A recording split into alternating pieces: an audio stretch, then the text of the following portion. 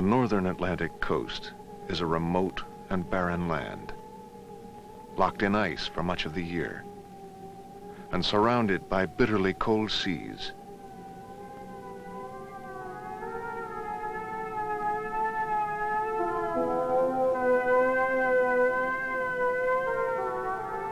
It is almost unimaginable that ancient peoples could have survived in this desolate region.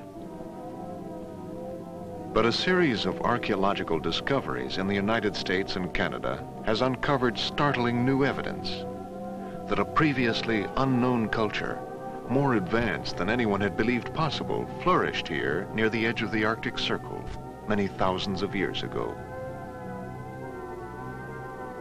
The discovery of this early civilization is changing our vision of ancient North America and challenging long-held assumptions about the development of Native American culture.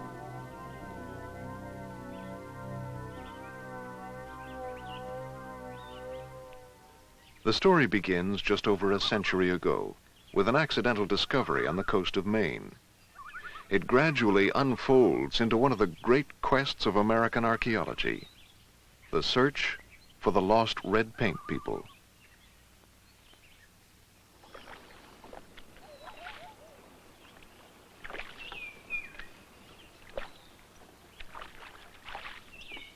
In 1882, Augustus Hamlin, the mayor of Bangor, Maine, was guided to a region near the mouth of the Penobscot River by Foster Soper, a local farmer. Soper had told the mayor about a place where blood-colored pools were rising out of the earth. Hamlin was a doctor and a geologist, but he was also an amateur anthropologist, a so-called antiquarian, who believed in theories about the past that scientists would later consider implausible. This part of the Maine coast had generated legends for hundreds of years. As far back as the 16th century, European explorers had recorded an Indian myth about a fabled place called Norumbega, which they interpreted to be a city overflowing with riches.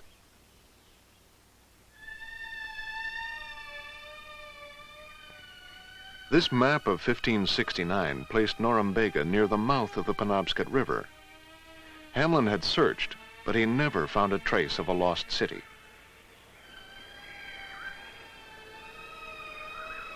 He did find accounts of unexplained stone ruins discovered by the settlers who first cleared the dense forest along the Penobscot River.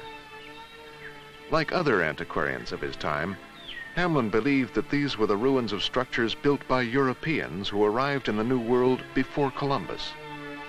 He suggested that they might be the remains of Vinland, the lost colony of the Vikings.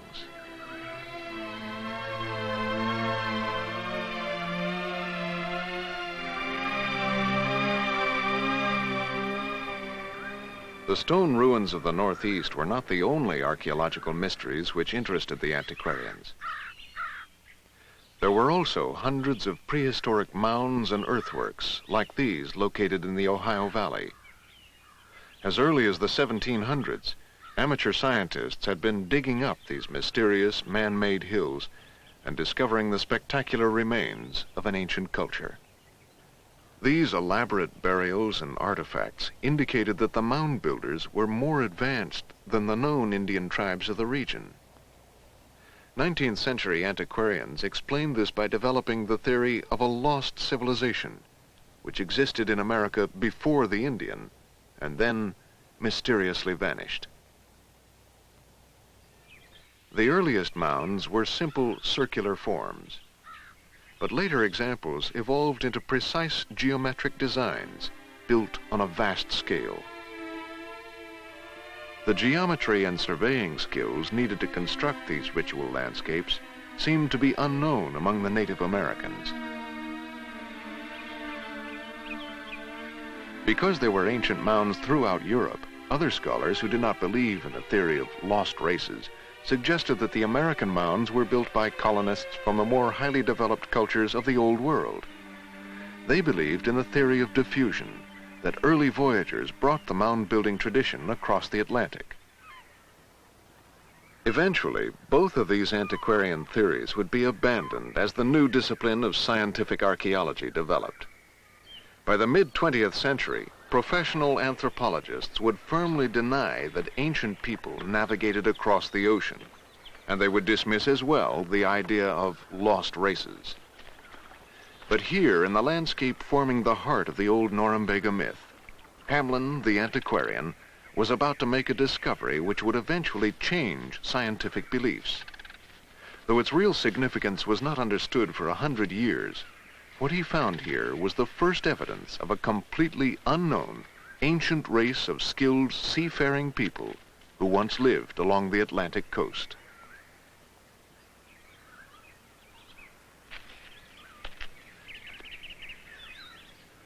As a geologist, Hamlin realized he was looking at a high grade of red ochre, iron oxide. The ochre had been turned up by the plow, and the red pools were formed when it mixed with the night rain. Buried in the ochre, Hamlin found artifacts made of polished stone. He knew that Native American peoples used red ochre for war paint and for their rituals. But what surprised him was the quality and the perfection of the polished artifacts. The stone woodworking tools were honed to a sharpness rivaling a metal blade, and they were far superior to the artifacts found at Indian sites in Maine. Hamlin brought the tools to the Peabody Museum at Harvard, and the search for the mysterious red paint people was taken up by professional archaeologist Charles C. Willoughby. When Willoughby investigated Hamlin's site, he discovered a mound at the water's edge and began a dig that has been called the first scientific excavation in America. Willoughby's careful measurements and drawings revealed that the artifacts had been buried in ritual patterns. He suspected that they were the remains of ancient graves, but he found no skeletons to confirm his theory. He suggested that the graves were so old that the bones had long ago disintegrated in the acidic New England soil. He built this scale model to be displayed at the 1893 World's Columbian Exhibition in Chicago. Along with Willoughby, another archaeologist was presenting his work in the Hall of Anthropology. Warren K. Moorhead became famous when he displayed his discoveries of the Ohio Mound Builder treasure at the exhibition. He was a self-taught archaeologist whose less than careful excavation methods made him a maverick in the profession's eye. But his uncanny nose for spectacular discoveries made his name a household word.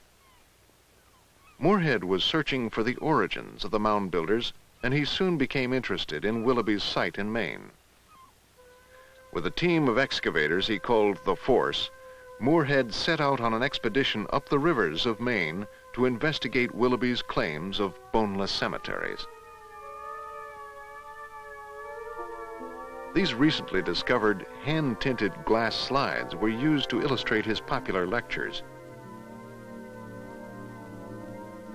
When Moorhead got involved in Maine archaeology, he elevated the quest for the red paint people to high adventure.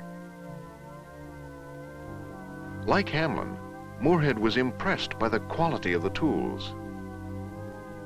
The workmanship of the polished stone led him to believe that the red paint people had a highly evolved culture. He sent examples back to museums in the Midwest to be shown alongside the artifacts of the mound builders. By the turn of the century, he had excavated several mounds and ritual sites, both in the hills and along the coast of Maine. Moorhead wrote that in all his explorations he had never examined sites appearing so old, but like Willoughby, he never found a skeleton or a village. Without this evidence, there was no way to determine who these people were, how they lived, or where they came from. But he did note that some of the tools were made from a type of stone not found anywhere in Maine or New England. Moorhead daringly suggested that its source would someday be located in the far north, and he claimed this was evidence of long-distance trade. His prediction was borne out 80 years later, when archaeologists discovered the source of this unusual stone in Rama Bay, northern Labrador, 1,500 nautical miles from the coast of Maine. The stone is now called Rama Chert. Its beautiful translucence and sugary texture make it highly distinctive. The chert has been found in artifact collections as far south as New Jersey and west along the St. Lawrence River into Vermont. The Rama Bay Quarry was the only place in the world where this type of chert could be found, confirming Moorhead's idea of a link between the red paints and the far north. At the time, Moorhead's academic colleagues considered his claims to be too sensational. Some simply dismissed the idea of an advanced prehistoric culture, and others thought that the red paints actually might have been a group of marauding Eskimo from the north. Eventually, Moorhead's career was destroyed.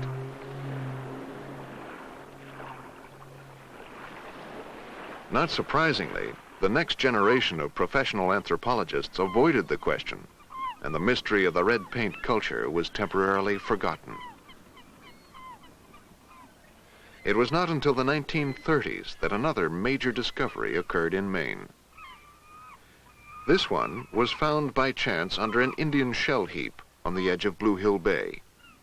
These heaps are the discarded remains of shellfish built up by generations of tribes who returned year after year to harvest the ocean creatures. They have been found in many places along the Atlantic coast. On Blue Hill Bay, red ochre began eroding from the bottom of a heap known as the Nevin site. It was brought to the attention of archaeologist Douglas Byers. The layers of crushed shell formed a calcium-rich mixture that neutralized the acidic soil. At the bottom, Byers found the badly disintegrated remains of full skeletons covered in red ochre, just as Moorhead and Willoughby had predicted. Byers also found bone artifacts with surprisingly beautiful decorations engraved into the surface. No one had expected to find such precise geometric designs among the red paints. But the most surprising discoveries at the Nevin site were toggling harpoons and the remains of swordfish, a deep-water ocean species. These artifacts were the first clue that the red paint people might be a seafaring race. At the time, most of American anthropology resisted this idea.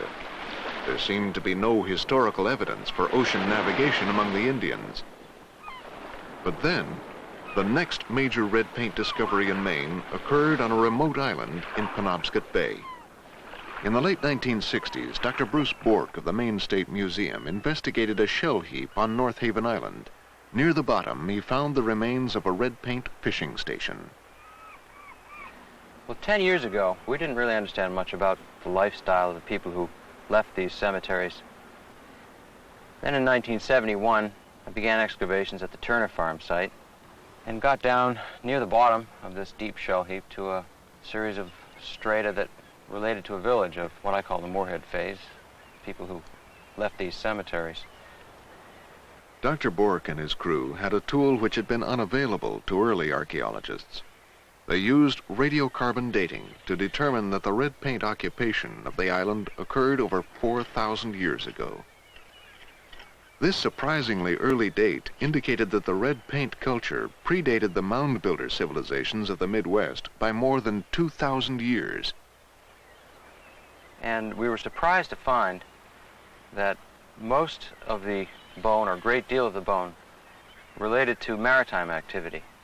Specifically, codfish was very abundant, and very surprisingly, swordfish was tremendously abundant. Now, both these animals, swordfish and codfish, are deep water animals. The people of the Moorhead phase were very skilled at going out and traveling the several miles necessary to get to the ideal hunting and fishing places for these two species.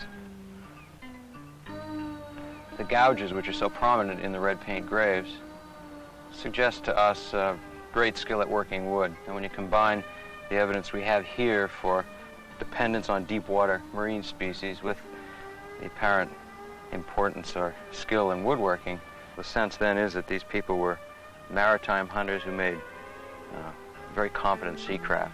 The boats that these people used were seaworthy, they were rugged, probably large dugout canoes, perhaps not too different from those we know from the northwest coast during the historic period.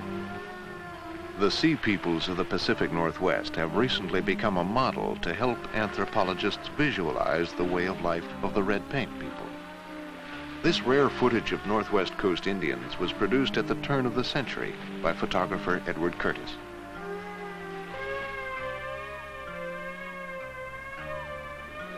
Curtis worked with the Quagule people and the famous Indian ethnographer George Hunt to build and photograph examples of their traditional boats and houses.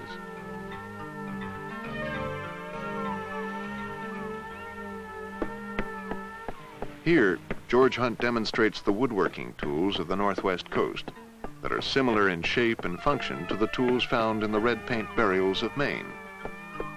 Although the red paints predated these Northwest Coast people by thousands of years, the similarity of their tools suggests how advanced the red paint culture must have been. This island village, located 200 miles off the coast of British Columbia, was abandoned a century ago and has already begun to disintegrate. If these wooden structures had been built 4,000 years ago, by now they would have disappeared without a trace. Like the sea peoples of the Pacific Northwest, the red paint people of the Northeast built their villages at the water's edge. Unfortunately for archaeologists, the edge of the ocean is one of the most abrasive environments known, and there is very little left of the red paint way of life.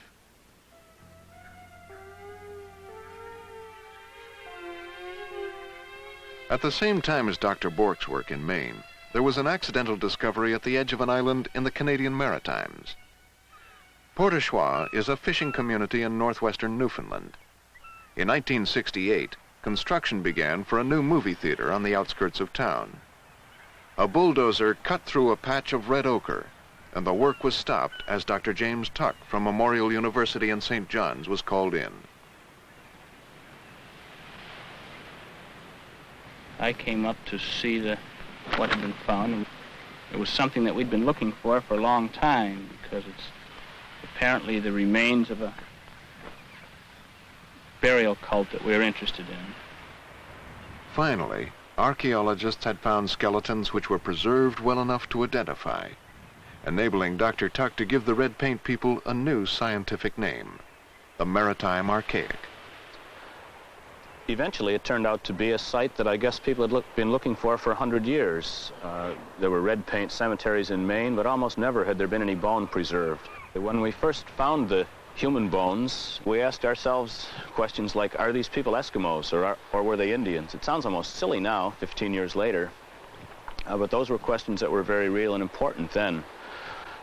Jim Anderson, the physical anthropologist who studied the bones immediately after they'd come from the field, was able to distinguish that these people were in fact racially American Indians, North American Indians, rather than Europeans or Eskimos. I think the European question is hardly important at all and doesn't bear discussing, but there are biological traits in the skulls and infracranial skeletons of these people that allow physical anthropologists to distinguish between people we'd recognize as Eskimos and those we'd recognize as Indians.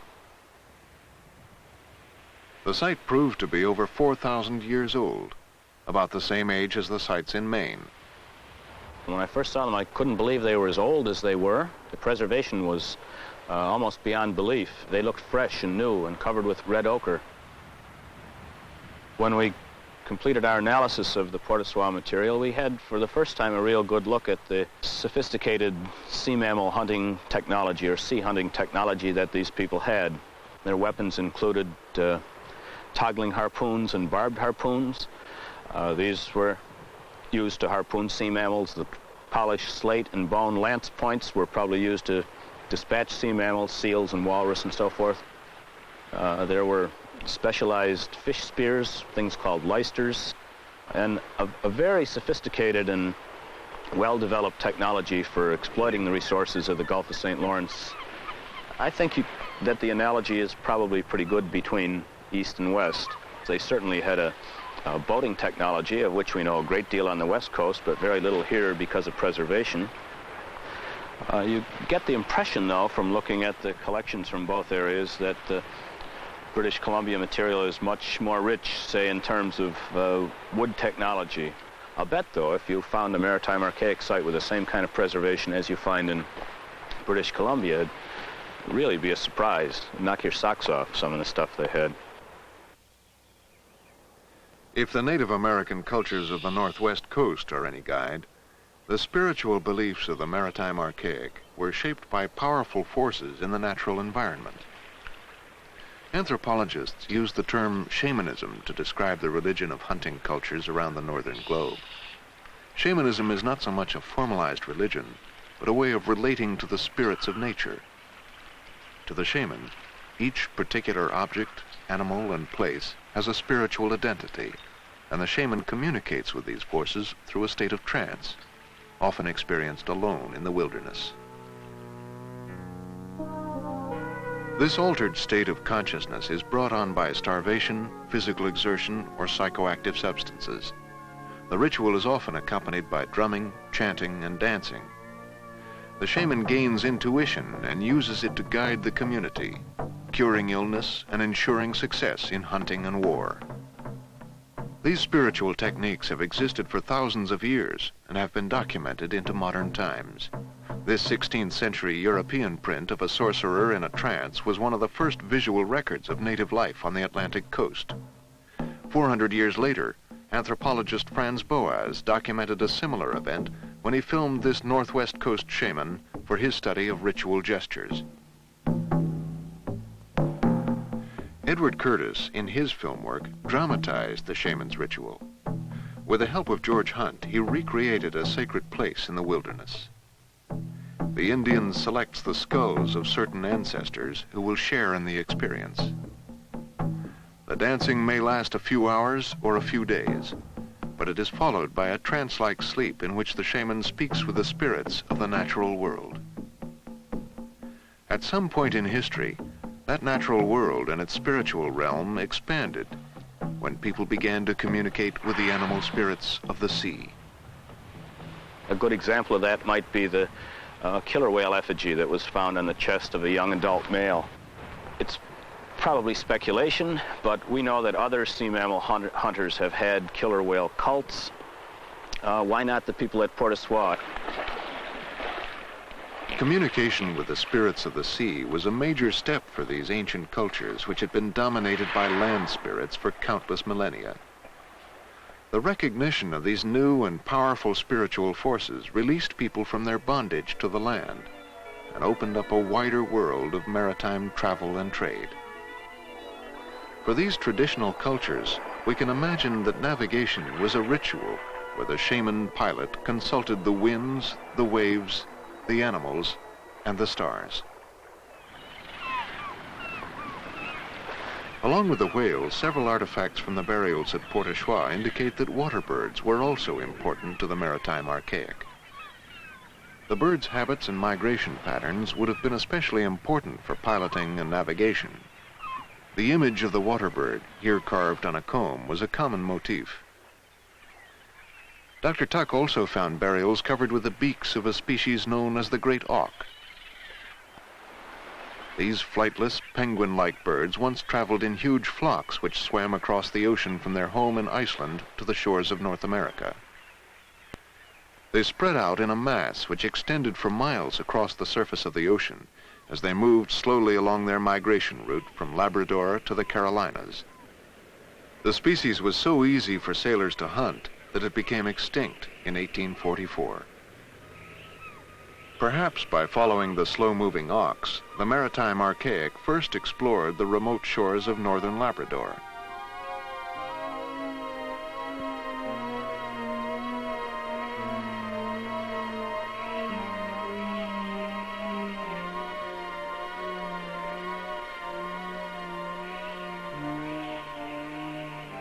Dr. William Fitzhugh of the Smithsonian Institution has himself been exploring the coast of Labrador, searching for the northern limits of the Maritime Archaic. If remains of the red paint people could be found here, it would confirm that the Maritime Archaic were skilled, long-distance navigators. In 1980, on the desolate beaches of Nuliak Cove, Dr. Fitzhugh found what had eluded every other researcher for 100 years, the remains of red paint house foundations. Nuliak is the largest settlement location that we have found, and I expect it It's very near the northern limit of this culture. The reason that they were able to live so far north in an area that's pretty harsh with very rigorous winters and ice cover on the sea for 8 months of the year at least is because of a very intensive maritime adaptation. It's a type of adaptation which probably extended with variations into New England, but yet there was a homogeneity to the style of life, a kind of a similarity certainly in the ceremonial cultures, to some extent in artifact forms, which bound this entire area of the Northeast, all the way from north of the forest fringe down into the temperate zones. And it's been a puzzle for archaeologists because they could not understand the complexity, the burial ceremonialism, the rather elaborate artifact types in terms of a typical northern Indian way of life, something characterized by Algonquin culture, by Montagnais, Naskapi Indians, and the Indians we know ethnographically from this area, who traveled in small bands, who hunted caribou, but never got into this intense kind of life which we see indicated by the Maritime Archaic.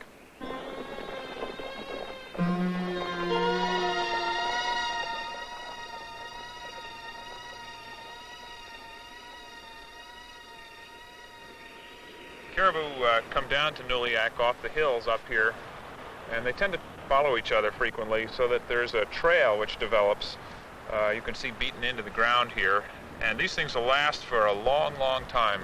You'll get projectile points primarily and broken frequently.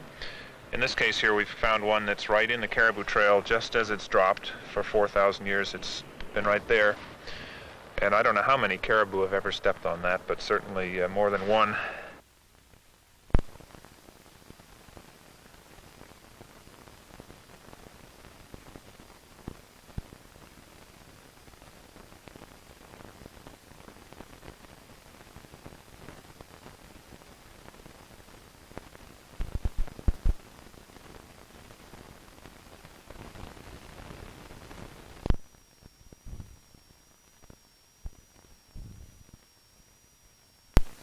The Smithsonian crew began by excavating a small stone mound, which was the first clue that the red paint people had occupied the site. The whole floor is just covered in red ochre. Generally it's found right in the bottom of the deposit, but probably extends up out of the pit over here a ways. The archaeological team set up their camp below the beach terrace where the Maritime Archaic had once lived. The ancient settlement was preserved because geological forces raised the beach away from the ocean's erosive edge thousands of years ago. When the melting glacier receded from the ocean at the end of the last ice age, perhaps 10,000 years ago, a river channel was formed. Relieved from the great weight of the ice, the landmass rose out of the sea and a beach developed at the mouth of the channel. At some point after the Maritime Archaic first settled on the beach, continued geological uplift raised the terrace above sea level, and the channel was blocked, forming a pond. Scientists now had their first chance to see how the Maritime Archaic lived.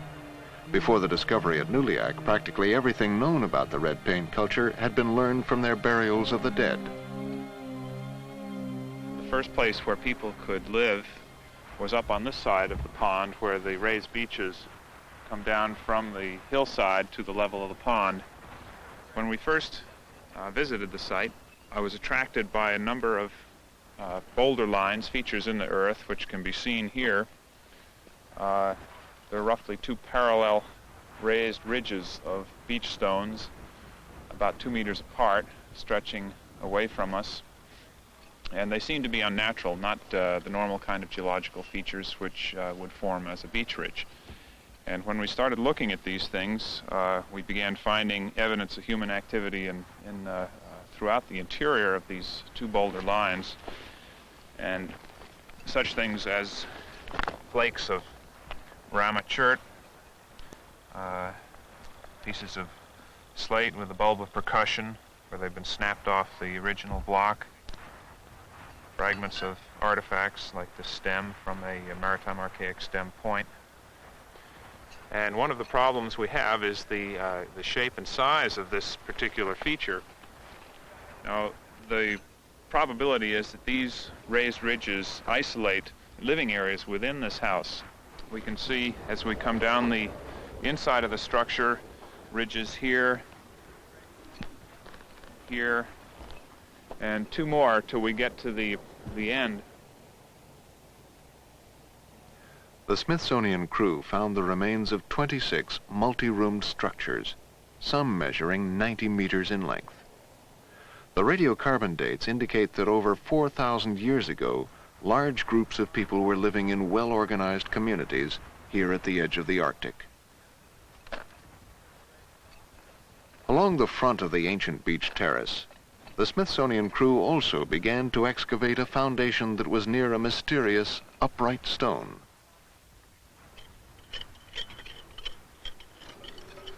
This is a typical deposit containing fire-cracked rock, chips of ramachurt, fragments of tool-making activity, pieces of broken tools that have been burned in the fire, charcoal flecks, red ochre.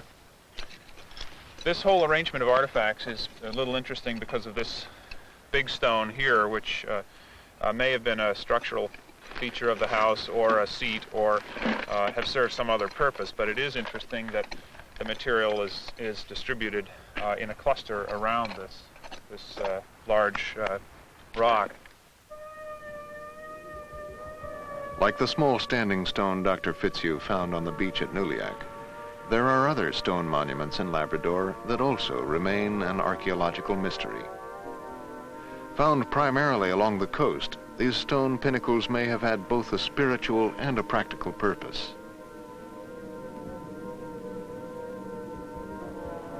Some are single slabs propped into vertical position, and others are cairns built up with smaller boulders. The Eskimo refer to these monuments as inukshuks. Their traditions say that the stone markers point the way to settlements. Boat pilots can navigate along the coast by using a simple technique of alignments and angles to identify their positions offshore. These basic principles of geometry may have been developed thousands of years ago by the first cultures adapting to the sea. The technique is still useful today, especially in the far north, where modern navigational instruments are not always trustworthy.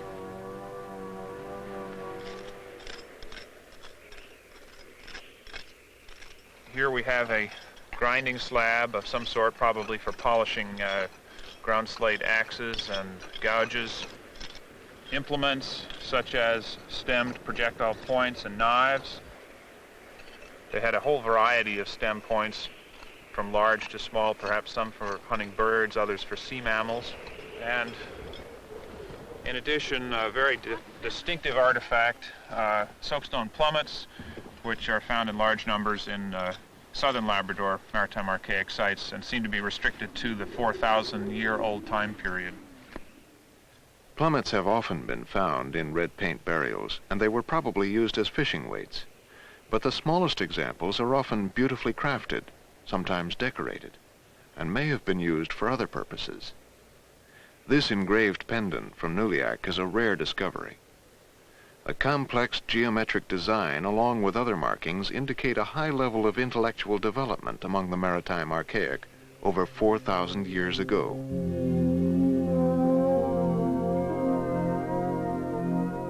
The surprising discovery of this advanced sea culture living in North America has encouraged fresh comparisons with the ancient sea peoples of Northern Europe. The shores of Scandinavia have supported maritime cultures for thousands of years. This fact has been recognized by European archaeologists for decades. In Norway, Professor Paul Simonsen of the Tromsø Museum has studied the remains of cultures that once lived above the Arctic Circle. At the very beginning of human habitation after the Ice Age up here, people came along the coast simply because the whole of the inland still were covered by the ice sheets. It's impossible to imagine people walking up along the Norwegian coast because of the fjords and because of the ice.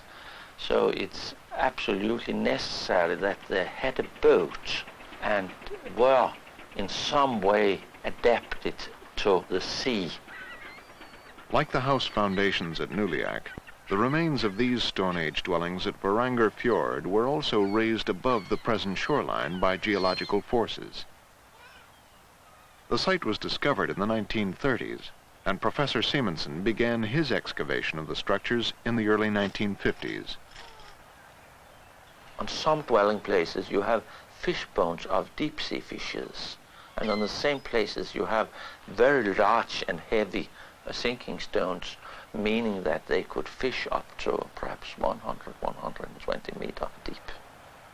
In North America, use of the plummet vanished with the mound builders, but in Europe it evolved as a mariner's tool.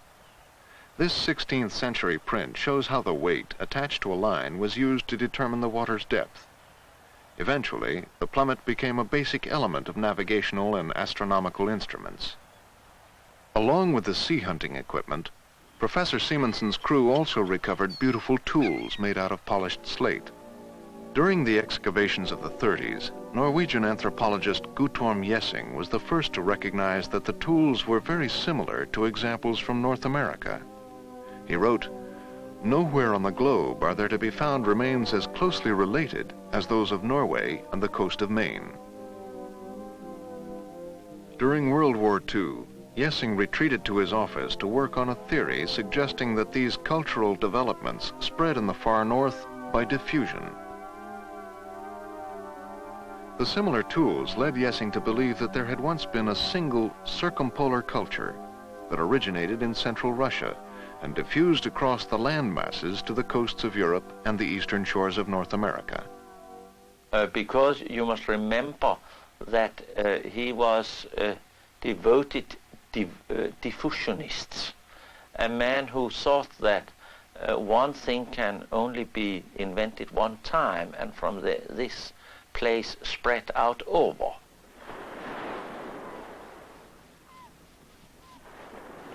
If people living one in New England and the other in Norway made two things quite alike, we are inclined to say they had invented them independent. But if people are living very near each other and then are making things quite alike, we say that one must have learned it from the other. But we don't know for sure. More important than tools, Jessing identified what he believed to be deeper connections between the spiritual beliefs in both hemispheres. For example, this engraved bone from Norway has a geometric design created by mapping out an alignment of dots and then connecting them to form a straight line. This same technique of aligned dots was also used to engrave the decorations on the bone daggers found at the Nevin site on the coast of Maine. These traits, which are very, very alike, are not only traits for practical purpose. They are ornamentation, they are patterns, they are spiritual things. Along with the artwork, Jessing carefully studied the spiritual traditions of northern cultures. This archival footage of a Lappish shaman was filmed in the Norwegian Arctic. It shows a ritual involving a standing stone which may be thousands of years old.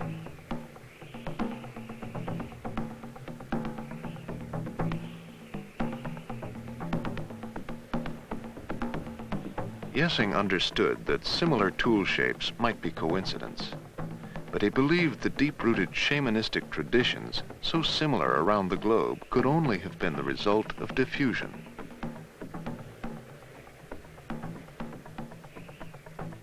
At first, Jessing's theory of land diffusion was widely hailed by his colleagues. It seemed to finally explain the extraordinary similarities which existed among the circumpolar cultures. But appealing as the theory was, there was no proof to back it up. During the 1950s, archaeologists working in central Russia and western Canada could not find any evidence that a circumpolar culture had diffused across the central landmasses. Eventually, his theory was put on the top shelf to collect dust, but Jessing never gave up his idea of land diffusion. According to Professor Simonsen, Jessing never considered the possibility that ancient peoples could have been skilled mariners. I have never seen the word maritime adaptation in his papers. I don't think that just this perspective was a part of his Arctic concept. To me, there still is a lot of sense in his theories. I'll not speak about the circumpolar Stone Age, I'll not speak about the circumpolar culture at all, but a circumpolar connections and communications from people to people surely exist, and some cultural traits will be transmitted over very, very long east-west distances in the Arctic. Like the trade patterns along the coast of North America, there were extensive networks which linked the people of Norway with other sea-adapted cultures to the south. Artifacts have been found in Norway that were manufactured here on the coast of Denmark. In 1975, at a site called Vedbæk, archaeologists from the Danish National Museum discovered the remains of a sea-adapted culture that was once part of this trade network. Thousands of years ago, there was a channel where these yellow flowers now bloom. On the hills that surrounded the water, they discovered 19 burials. Radiocarbon dates indicated that the graves were over 7,000 years old, 3,000 years older than the maritime archaic sites found in North America. Some of the burials may have been ritual sacrifices. This woman wore a large necklace of teeth to her grave. A small child, perhaps her own, was placed at her side. When the woman and child were first discovered, they were covered with red ochre. A round, polished stone lay near the woman's fractured skull, and a knife blade rested at the midsection of the infant. In all these burials, we find the red ochre. That, of course, has been open to a lot of speculation what the meaning of the red ochre, how that should be understood. The use of red ochre goes back at least 75,000 years into early Neanderthal times, but the existence of red ochre cemeteries is especially prominent among seagoing peoples. Like the maritime archaic burials in North America, the red ochre cemeteries of Europe are found along the shore. In 1927, here on the island of Tevyak, just off the coast of Brittany, French archaeologists Martin and Saint-Just-Péquart discovered red paint burials near the bottom of a shell heap. Like Vedbæk, the Tevyak cemetery proved to be over 7,000 years old, and the burial rituals were similar. But what was unusual about Tevyak was that several of the burials had been placed in small stone structures beneath the shell mounds. The Péquarts believed that these might have been early examples of the mysterious stone megaliths left throughout northern Europe and the British Isles by an unknown ancient people. The megalith builders of Europe, like the mound builders of America, were often considered a lost race by 19th century antiquarians. The Péquarts suggested that the red paint people of Tevyak were the ancestors of the megalith builders. At the time, their idea was considered too radical. Most anthropologists believed that the chambered mounds and alignments of standing stones had been built by Neolithic farming peoples of a much more recent time period. But further north, along the rocky coasts of western Sweden, conditions made it necessary for the ancient inhabitants to live primarily by fishing, not farming. Cambridge University archaeologist Graham Clark has studied these ancient maritime peoples. His research also suggests that the early megalith builders were a seagoing culture. And it's interesting that among quite a number of maritime sedentary dwellers, we find the appearance of quite elaborate tombs, something which until recently we'd always thought of as being a special feature of Neolithic man, Neolithic and later societies. For example, we have stone cairns in the maritime archaic context of Labrador, dating from several thousand years before Christ. One of the first things that attracted me to this site was the boulder constructions in a roughly circular arrangement. This was suspected as a burial, and we've now opened up the center of the burial feature, revealing a pit about 2 meters in diameter, filled with dark humus-stained earth, flakes of ramachurt, bits of mica, and other signs of cultural activity. This ochre stain, a little bit of ochre stain down here. You can be beginning to get down onto the bottom. So I suspect maybe when we get down below this layer of slabs, we might come down on top of the feature. Have there been any flakes or charcoal flecks or anything like that? There's flakes mixed in the burial fill, but no charcoal yet. So how much deeper? Good luck, boy. I don't know. And over here, on the east side of the mound, there is a crypt of some sort, a chamber built out of stones in a rather unusual way for maritime archaic culture. We've never seen anything like this before. It is very unusual in this lintel stone on top of these carefully chosen flat rocks. And of course it's an interesting fact that if you plot the distribution of megalithic tombs on a map, you will find a large proportion of them on or very close to the coast. This, in the past, was interpreted in terms of diffusion, but it is equally possible that such megalithic structures were built by people whose economy was based fundamentally on fishing, not on farming. Just as antiquarians once believed that the stone ruins in America came from the Old World, anthropologists also once believed that the megalithic tradition in Europe spread by diffusion from the Middle East. For antiquarians and scientists alike, the stone ruins along the Atlantic coast have remained a provocative problem in human prehistory. But Professor Clark's work suggests that a new understanding of these early maritime cultures may offer answers in the future. Over 7,000 years ago, these early seagoing people may have been the first highly evolved civilization to inhabit the European coast. Across the Atlantic, where the awareness of an ancient maritime culture along the northeast coast is a brand new idea, the phenomenon of the red paint people may also help to explain the antiquarian mysteries of the New World. As researchers discover more about the maritime archaic, they are beginning to realize that these early sea peoples may have left a legacy with far-ranging effects on the development of Indian cultures in the Northeast. Scientists are unsure of where the maritime archaic tradition began, but the earliest evidence has been found here on the coast of Labrador. When the French fishermen settled here in the 17th century, they named this bay L'Anse Morte, the Bay of Death. The name gradually changed to L'Anse Amour, the Bay of Love. Ironically, the primary attraction of L'Anse Amour today is this burial mound.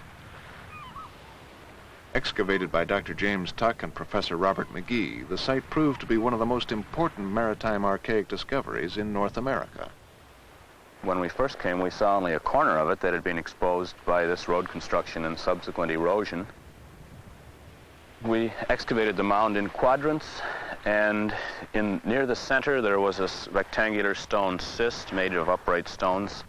We were a little disappointed because there was no skeleton nor any artifacts in there, a little bit of red ochre. But when we dug below the cyst, just to make sure there was nothing there, we were really surprised to find the skeleton of a child about 12 or 13 years old, buried face down, head to the west. We don't know if it was a male or female because it was too young to be able to tell. It's an unusual burial, especially for so much time and effort and expense to have been lavished on a young child. It might be that these are not quite so much are not entirely for the disposal of the dead, but represent as well renewal rights for the community, holding the community together. A large flat rock lay across the burial, and ritual fires had been set due north and south. The charcoal samples were radiocarbon dated to about 7,500 years ago, making this the earliest known maritime archaic burial site in North America. The almost identical dates in both Europe and America were a surprise to scientists. Previous theories about cultural development, from the antiquarians to Jessing, were based on the assumption that diffusion had to originate among the more advanced races of Europe. But this new evidence suggests that cultural development may have been parallel on both sides of the Atlantic over 7,000 years ago. The evidence also compels diffusionists to ask whether these ancient ceremonial traditions were once carried from North America to the shores of Europe, along the prevailing northern route of the Gulf Stream. The L'Anse-à-Mort burial is also an important clue to the mystery of the mound builders in North America. It predates the mounds of the Midwest by more than 5,000 years. I suppose you could consider this the start of a mound tradition in the New World. This burial and the ones at Brador and elsewhere are more than 7,000 years old. I think, therefore, that they're the oldest burial mounds, certainly in this part of the world, maybe in most of North America. The artifacts themselves included a toggling harpoon of a design we've never seen before or since, and since it's 7,500 years old, it's, if not the oldest, one of the oldest toggling harpoons that's ever been found. So these guys were pretty sophisticated sea mammal hunters. From the time of L'Anse-à-Mort, the red paint people flourished for about 4,000 more years. Then, without explanation, the traces of their culture vanish from the archaeological record. Most of the artifacts we have seen were never intended for our eyes, but of all their remains, the most intriguing are those which they wanted us to see, the ritual monuments they left in the landscapes of the Northeast. Dr. Fitzhugh believes that these ancient people, the first to live on these subarctic coasts, have left us a glimpse of an early ritual tradition as it appeared in the New World.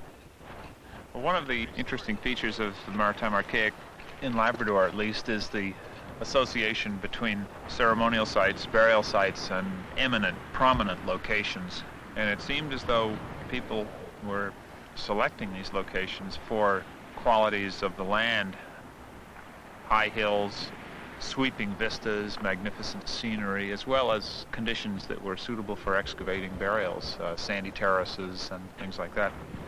The early Maritime Archaic mounds seem to be individual structures with single burials in them on these prominent locations. They're always at the fronts of the terraces, very near the sea, very near the most sweeping panorama that you can get. The Ballybrack situation is probably the most dramatic I've seen, but we have located maybe 10 or 12 Maritime Archaic burial areas, and all of them have these characteristics. They're not putting the ceremonial sites back in under the hills, hiding them away. It's as though the individual is buried, wanted to be placed in such a position so that he could see out across the sea.